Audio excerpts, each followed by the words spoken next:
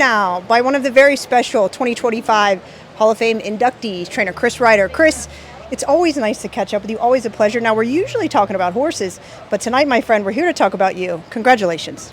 Thanks so much. It's a little embarrassing, but I'll try and oblige. Yeah. Well, now, if you take your walk up there in the hall, they always have the inductees for that year and your statues. They make little statues, so if you're ever here and you got an opportunity to go up to the Hall of Fame hallway up there, Chris, did you like I liked your statue. I thought it was a picture-perfect representation of you. Yeah, I'm sure it's very, very difficult to do. I was impressed with it. I think it's great. Yeah. Now, if you go into this edition of UsTrotting's Hoofbeats, your introduction article is called Success with Style. Now, it's interesting because now, if anyone didn't know, back in New Zealand, before Chris decided to get into training standardbreds and to get into training standardbreds with your father, you were a hairstylist.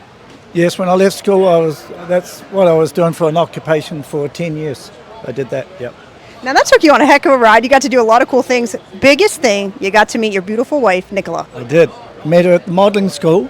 Needless to say, that's where she was doing a modelling class.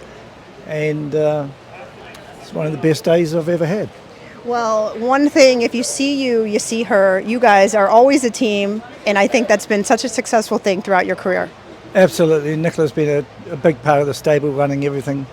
It's not my forte, paperwork, and she's just done an outstanding job. Now, career change, as we said, from hairstyling to training. You guys were over there, and then you made the move to the States. Nicola had some job changes, so you guys made your move. It's supposed to be temporary. You made U.S. home. Yes, we came for 2 years, turned into 5, and I talked about going home, and Nicola said to me, "We are home." So that was, it wasn't a shock. It just set me back on my haunches, you might say. And I thought, you know what? I think she's right. So. Well, it sounds like she's been right about a lot of things. Now, we came back over here to the States. You started diddly-daddling with some racehorses, said, let's give it a shot. From Freehold Raceway, and then you meet a guy named Lou Damiano, and the ball just kind of got rolling, started with a horse by the name of Sealed and Delivered. Yeah, but Lou brought me a nice horse the year before that called Go for Grins. We brought him, he was racing as a 3-year-old, and he had a good year. He won the Messenger, and then after the following year, Sealed and Delivered was racing as a 2-year-old, and we've just built from there. Yeah. Now, when you talk about building, one philosophy you always had, you don't have to buy the most expensive horse to get the best horse. That's worked for you throughout your career. Well, it worked for me, and I knew it had to work because I didn't have a big budget. So, and I was never really given made horses to race. So I knew if I was going to have good horses, I had to get them at the sales. I had no option. So I looked at it that way, and it made me a little more determined to be as thorough as I could picking out yearlings. You've had so many good ones. Now, I think the last couple of years, everyone's had their eye on Twin Bee Joe Fresh. Now, she falls into that not super expensive category. Right. She turned out to be the family horse. Right. She might not have cost a lot, but she's made a lot. Right. Yeah, she makes money, and we've just had, we're into our 4th year of racing her, and it's unbelievable what she just keeps going for us. And everybody knows her record. It's just a thrill, and long may it continue, yeah. Now, changing from Twin Bee Joe Fresh, but what about a filly, a mare you had put on a show? She certainly did that. Yeah. It was about 10 or 12 years ago, but she, at that time, she was the hot ticket. Yeah, she was an amazing mare. She was like sleek and high speed.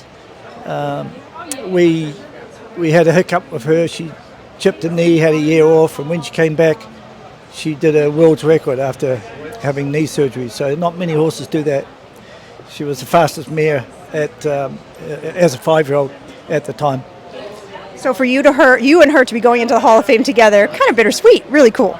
Yeah, it's really nice, really nice. Now, we talk about a family affair. Your son Patrick has become full-time with you at the barn. Of course, your wife Nicola, as you said, is the backbone, does everything behind the scenes. To have your son Patrick there for you, super special. Yeah, I love having Patrick in the barn every day.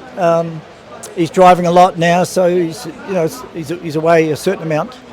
And no, it's really good. We're very close, and I'm pretty proud of the way he's driving. He's getting a good share of winners, and he's fitting in very well. Now, anyone that really knows you knows you're not a guy that likes to toot your horn. You're not a guy of many words. You let the horses do the talking. That's right. You're a humble guy. But let me think. You got to give a speech tonight in front of about 300 people. Are you prepared? I'm as prepared as I'll ever be, and it'll be what it'll be. I'll get by. Now tell me how many times when you were over there in New Zealand you talked about knowing about the Hall of Fame. Everybody, of course, wants to get here, wants to have horses that make it here. You ever been out on the track jogging and said, man, if I make it, what would my speech be like, right? Did you ever have dreams? Did you know you could be here today? No. Honestly, I didn't.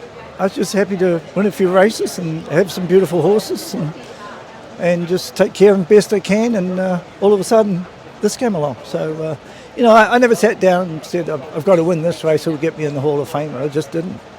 Chris, congratulations. Any words of advice before I let you go for those coming up that want to be the next Chris Ryder?